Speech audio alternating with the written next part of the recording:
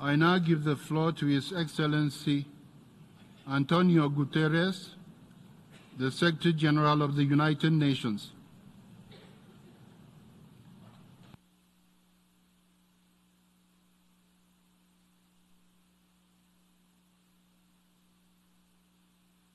Mr. President of the General Assembly, Excellencies, ladies and gentlemen, welcome to the Summit of the Future. I thank the co-facilitators, the former and current presidents of the General Assembly and all member states for their strong engagement, creativity and spirit of compromise, and all my colleagues for their invaluable efforts over the past 3 years. We are here to bring multilateralism back from the brink.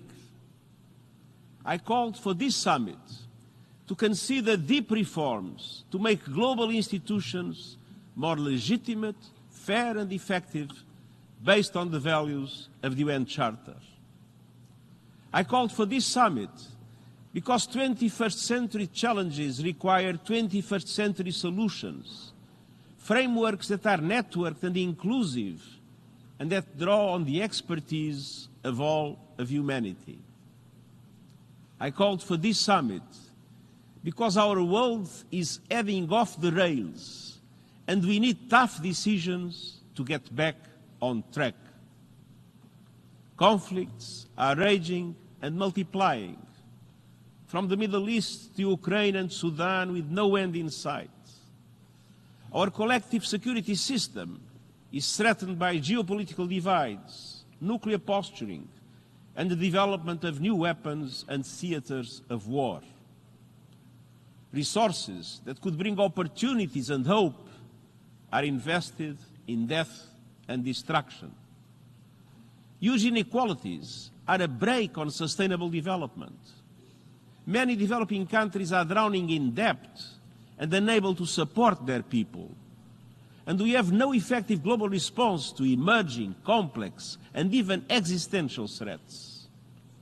The climate crisis is destroying lives, devastating communities, and ravaging economies. And we all know the solution: a just phase out of fossil fuels, and yet emissions are still rising. New technologies, including AI, are being developed in a moral and legal vacuum without governance or guardrails. And in short, our multilateral tools and institutions are unable to respond effectively to today's political, economic, environmental, and technological challenges. And tomorrow's will be even more difficult and even more dangerous.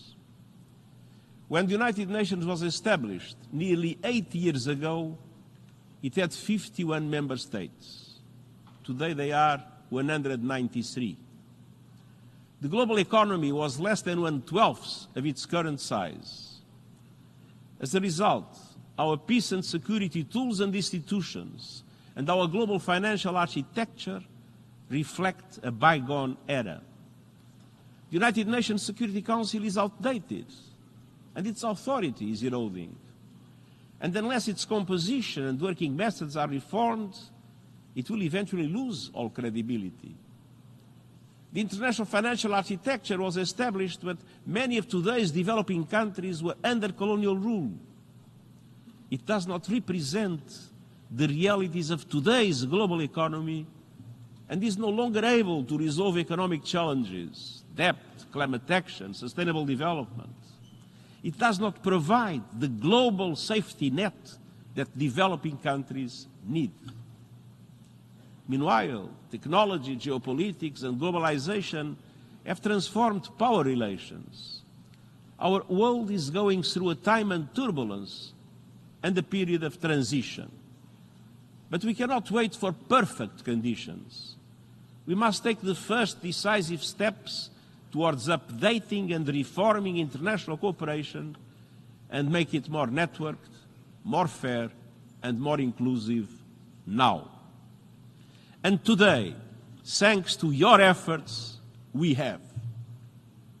Excellencies, ladies and gentlemen, the Pact for the Future, the Global Digital Compact, and the Declaration on Future Generations open pathways to new possibilities and opportunities. On peace and security, they promise a breakthrough on reforms to make the Security Council more reflective of today's world, addressing the historic underrepresentation of Africa, Asia-Pacific, and Latin America. They lay the foundations for a more agile peace-building commission and for a fundamental review of peace operations to make them fit for the conditions they face. They represent the first agreed multilateral support for nuclear disarmament in more than a decade. They recognize the changing nature of conflict and commit to steps to prevent an arms race in outer space and to govern the use of lethal autonomous weapons. They include measures to mount an immediate and coordinated response to complex global shocks. On sustainable development, these agreements represent major progress towards groundbreaking reforms of the international financial architecture. They will help to make its institutions more representative of today's world, capable of mounting a stronger response to today's challenges, and able to provide an effective global safety net for developing countries at a time when many of them are suffocating in debt and unable to make progress on the SDGs.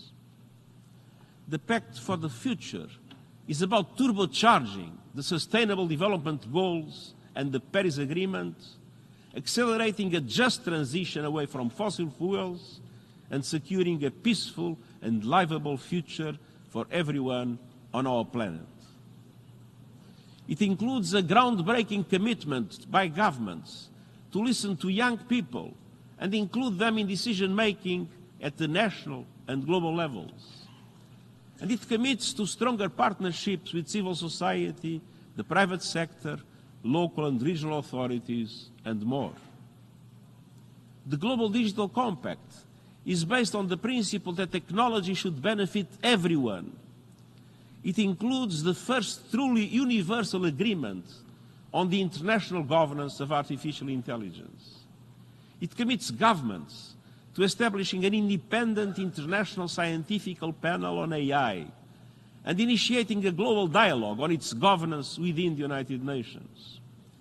The Global Digital Compact represents the first collective effort to reach agreed interoperability standards essential for consistent measurement. And it supports networks and partnerships to build capacity on AI in developing countries. And the Declaration on Future Generations echoes the call of the United Nations Charter to save succeeding generations from the scourge of war, committing governments for the first time to taking the interest of our descendants into account in decisions we take today. Respect for human rights, cultural diversity, and gender equality are woven into all three agreements. In the face of a surge in misogyny and the rollback of women's reproductive rights, governments have explicitly committed to removing the legal, social, and economic barriers that prevent women and girls from fulfilling their potential in every sphere. Excellencies, I welcome these three historic agreements, which mark a shift toward a that is more effective, more inclusive, and that is more network-based in its functioning. I fought for the ideas contained in these agreements since the very first day of my mandate, and I will be totally committed to their implementation until the very last day. We have unlocked the door. Now it is our common responsibility to walk through it. That requires not just agreement, but action.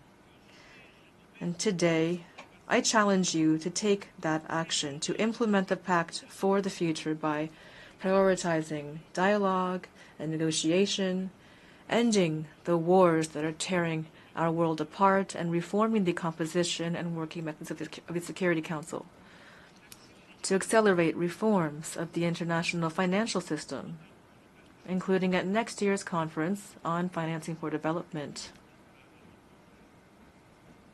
To put humanity's best interests at the front and center of new technologies. Our success or failure hinges not on the adoption of agreements, but on our actions and their impact on the lives of the people that we serve. Excellencies, throughout my life, whether as an activist or at the United Nations, I have learned that people never agree on the past. To rebuild trust, we must start from the present and look toward the future. Throughout the world, people are hoping for a future of peace, dignity, and prosperity. They're crying out for global action to solve the climate crisis, tackle inequality, and address new and emerging risks that threaten everyone. And they see the United Nations as being essential to solving these challenges. All this was confirmed during the past 2 inspirational action days. The Summit of the Future sets a course toward international cooperation that can meet their expectations. Now we're taking these first important steps together, and I congratulate all member states for playing their part. Now, let's get to work. Thank you.